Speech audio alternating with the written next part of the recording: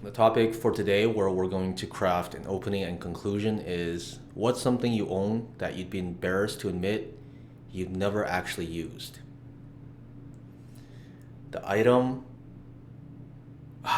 See, I was gonna just answer the question and be like, the item is a broom, but that's not how it works. Okay, so let's actually go. Have you ever thought about doing a chore? You've planned it out, you've bought the tools, and then you just never do it.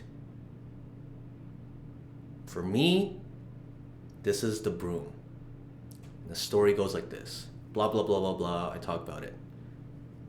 How do I want to end this?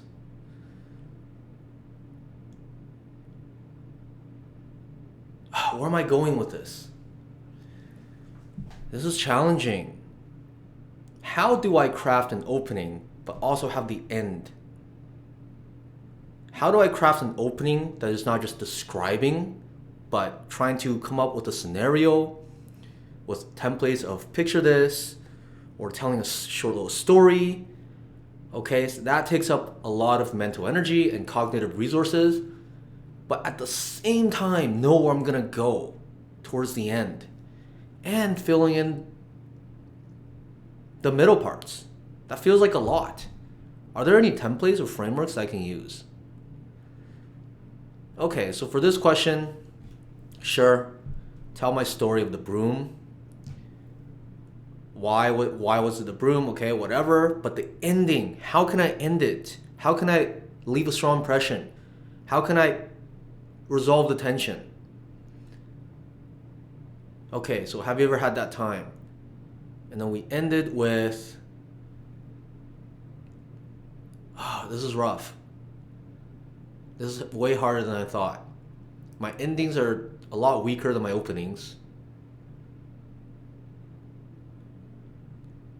Let's go with, so the lesson here,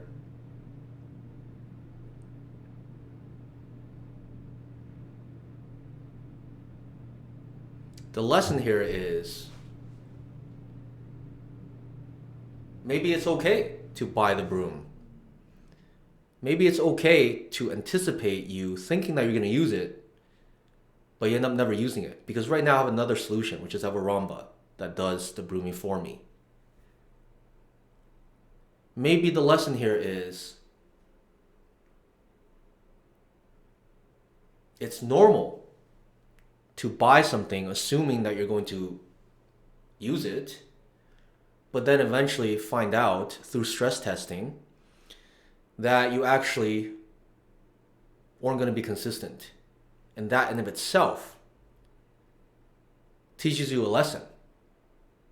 So don't be afraid of buying things and then letting it sit.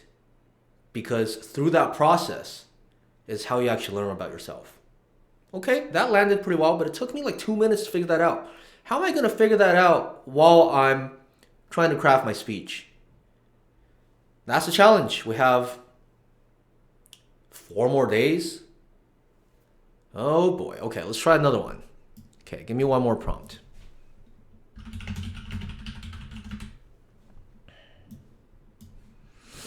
As you can tell, these are like working sessions. I'm not trying to make a table topic here. What's a rule you follow that you've never been able to fully explain to someone else? Okay, so immediately I'm thinking the rule is maybe running on the treadmill. And the way that I go into it with a strong opening hook is, have you ever had a situation where, no, that's not strong enough?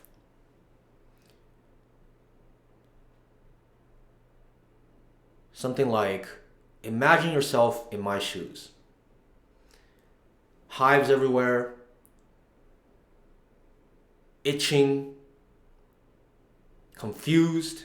What's going on with my body? Okay, so that definitely captures the audience. And I go into my story with my allergies, cholinergic urticaria, about the treadmill, sweating every day. The rule here is essentially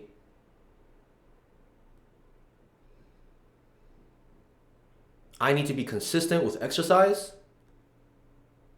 Usually people aren't as consistent as me. I mean, I've been consistent for about 6 years, just doing daily running. And if it's just for good health, people aren't that consistent. But for me, it's deeper than that. It is a medical condition. If I don't do this, bad things happen. That is a rule. And you can't really explain that to people, right? It's harder because pain will drive you. Motivation will drive you too, but pain drives you. I don't know if this is really something that you can't fully explain to someone else, because I think people conceptually understand the idea that pain drives you, and pain is a bigger driver than something positive. Great. Now to end it, it's something like, what started out as a necessity, running away from pain, has evolved into something that is now part of my identity. I don't even think about the fact that if I don't go on a run and exercise, I get distraction. Now, just being active is part of me. And that is the lesson, everyone. That was kind of weak. I'm not really satisfied with that. Yeah, this is rough. Let's do another one. I'm not really happy with that. One more. What's something you got worse at the more you practiced it? Oh boy. Okay, I got one for this. Now put yourself in my shoes.